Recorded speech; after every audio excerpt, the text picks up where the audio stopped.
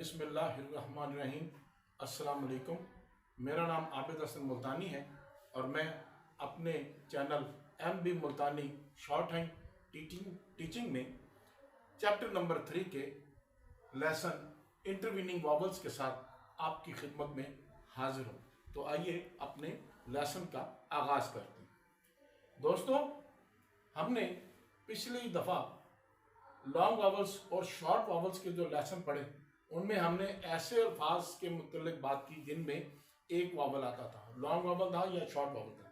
लेकिन बहुत सारे अल्फाज ऐसे भी होते हैं जिनमें दो दो वॉवल्स होते हैं, कोई लॉन्ग होता है बाद में शॉर्ट होता है, कुछ अल्फाज में पहले शॉर्ट वॉवल होता है बाद में लॉन्ग आता है, कहीं दोनों लॉन्ग वॉवल्स आते हैं, कहीं दोनों शॉर्ट वॉवल्स आते हैं, कहीं 2 या 3 वॉवल्स जो है ना वो ज़्यादा भी आ जाते हैं। तो आज हम ऐसे वॉवल्स के मुतल्लिक बात करेंगे। ऐसे अल्फाज जिनमें 2 से ज़्यादा वॉवल आते हैं, इनमें पहला वॉवल जो होता है वो बहुत ज़्यादा अहमियत का हामिल होता है, क्योंकि स्ट्रोक उसी के मुताबिक आगे जो है ना वो लिखा जाता है।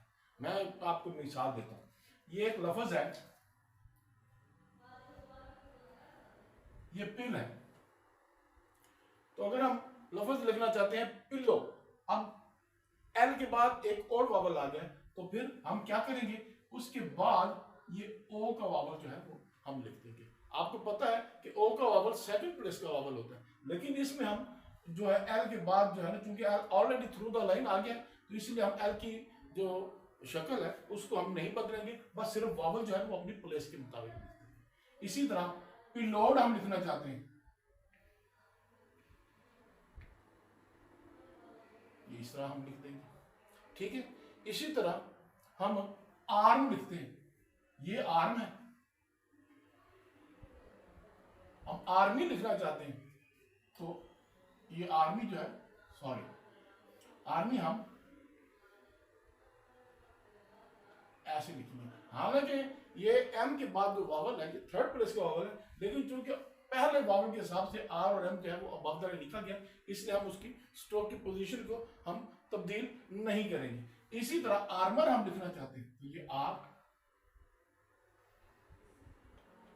मर जो है हो जाएगा, सिंपल। इसी तरह यह लफ्ज है बिल, इसको हम लिखते हैं बिल्लो, ये देखिए ये बिल्लो बन जाएगा, ठीक है। इसी तरह एक लफ्ज हम लिखते हैं आर्क, ये हम ऐसे लिखते हैं, ठीक है। इसी तरह अगर हम लिखना चाहते हैं आर्केड तो ये इसमें हम अब स्ट्रोक की पोजीशन को हम तब्दील नहीं करेंगे, क्योंकि पहला वॉवल जो है उसके मुताबिक हमने पोजीशन का तयन ऑलरेडी हमने कर लिया हो, तो ये आर्केड बन जाएगा। इसी तरह आर्केंजल हम लिखना चाहते हैं,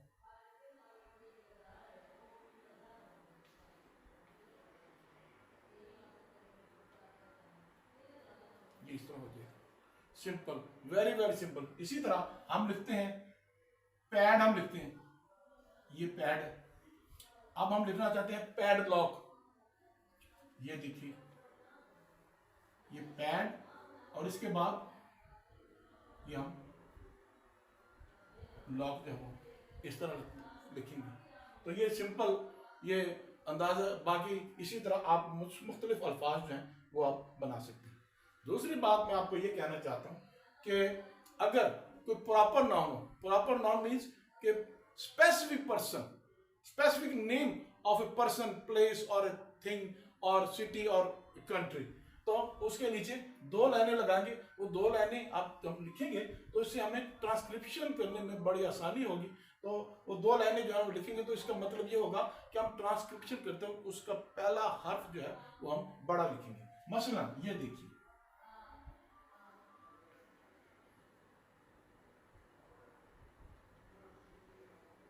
ये देखिए ये लाहौर है, Lahore is a specific name, तो इसके नीचे हम ये 2 लाइनें हम लगा देंगे। इसी तरह एटनेट, ये शहर का नाम है,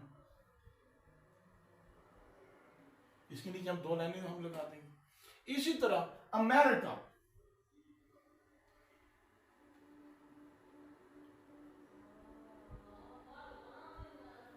ठीक है। इसी तरह कैनेडा, ये देखिए कैनेडा।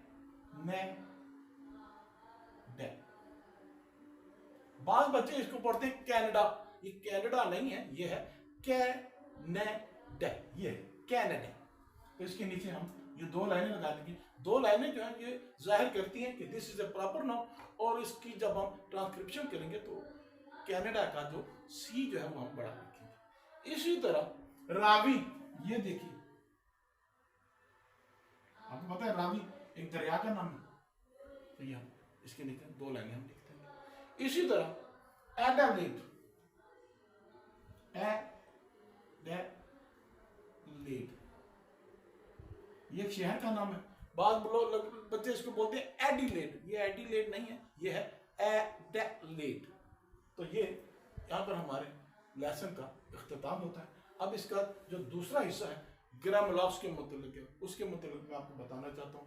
याद रखिएगा अगले लेसन्स में भी मुख्तलिफ ग्रामलॉग्स जो हैं वो आएंगे, लेकिन उसके मुतालिक मैं आपको नहीं बता पाऊंगा। ये पहला लेसन है, इसमें आपको बताऊंगा, आगे आपने उसके मुताबिक आपने चलना है। आइए ग्रामलॉग्स।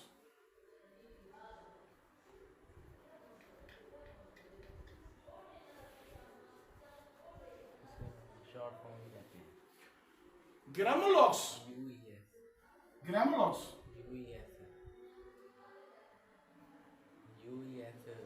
ठीक है, ओके ओके।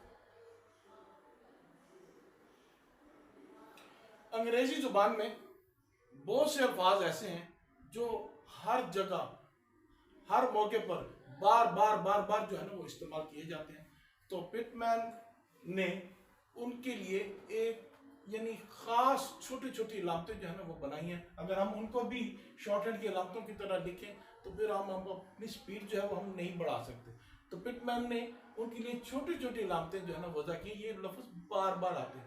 तो इनका ताल्लुक किसी असूल से नहीं होता, किसी वावल की आवाज वगैरह की प्लेस वगैरह से नहीं होता। ये इनके उसने खुद जो है ना ये इनकी अलामतें जो है वो वजह की हैं।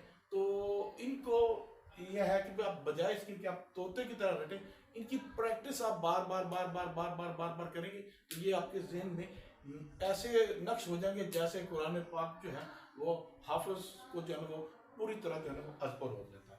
आइए मैं आपको ग्रामलॉग्स के मुतालिक कुछ बताता हूँ।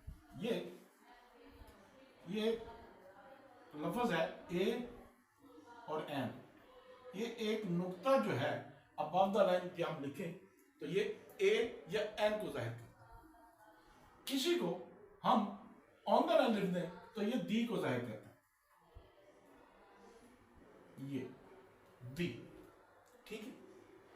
जिस सिमत में हम बी लिखते हैं उसी सिमत में बी का छोटा सा हिस्सा जो अबाव द लाइन लिखे तो ये ऑल को जाहिर करता है, ठीक है। इसी हिस्से को हम लकीर के ऊपर लिख दें तो ये टू को जाहिर करता है, यानी ये टू यानी दो और टी डबल ओ टू, ये 11, ठीक है। इसी तरह एक छोटा सा जिस सिमत में हम पी लिखते हैं उसी सिमत में छोटा सा टिक जो है वो लगा दिया जाए तो ये ऑफ की आवाज को जाहिर करता है।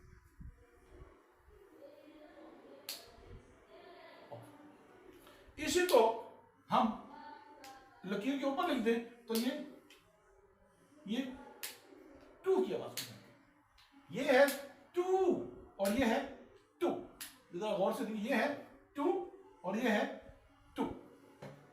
आइए जिस सिमत में टी लिखा जाता है उसी सिमत में ऑन द लाइन में छोटा सा टिक जो है ये ऑन की आवाज हो जाएगा, ऑन की आवाज ऊपर से नीचे।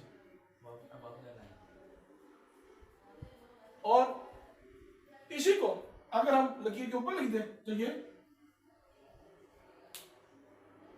बट की आवाज को जाहिर करता है, ठीक है।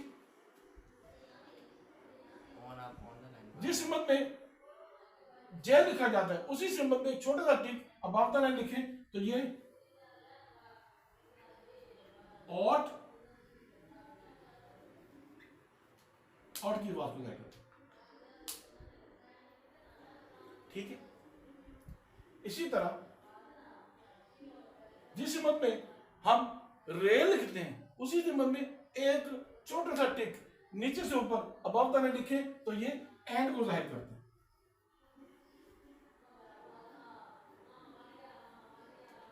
और इसी को अगर हम ऑन द लाइन लिख दें नीचे से ऊपर तो ये शुड को जाहिर करते हैं।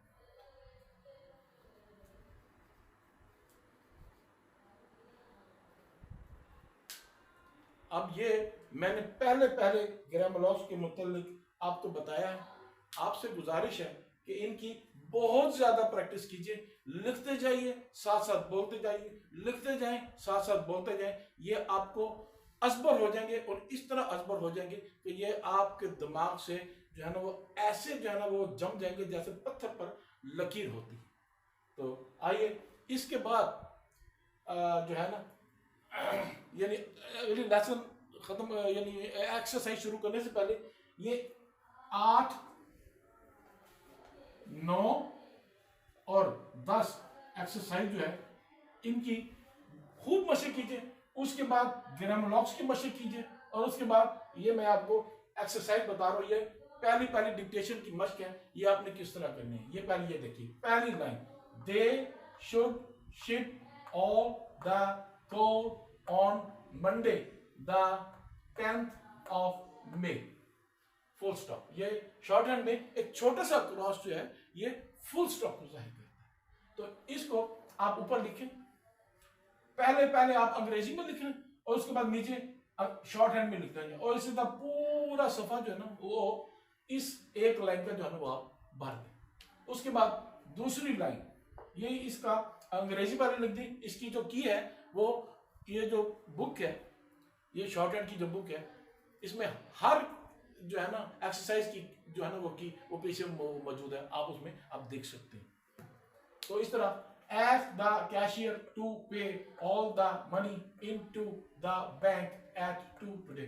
इसकी इसी तरह फिर एक्सरसाइज की करें, इसका पूरा सफा जो है वो आप लिखते जाए बोलते जाए। इसी तरह तीसरा है, इसका भी उसी तरह लिखते जाए बोलते जाए। इसी तरह चौथी लाइन है, लिखते जाए बोलते जाए। इस तरह पांचवी है, इसको लिखते जाए बोलते जाए। और ये मैंने आपको बताया था कि जो प्रॉपर नाउन है उनके नीचे 2 लाइनें जो है वो नीचे से जिस सिमत में आपने ये एंड लिखा है नीचे ऊपर इस सिमत में लिखा है। कई मैंने देखा है कई बच्चे जो है वो इस तरह लिखते हैं, इस तरह आप ना लिखें, ये इस सिमत में लिखिए, ठीक है।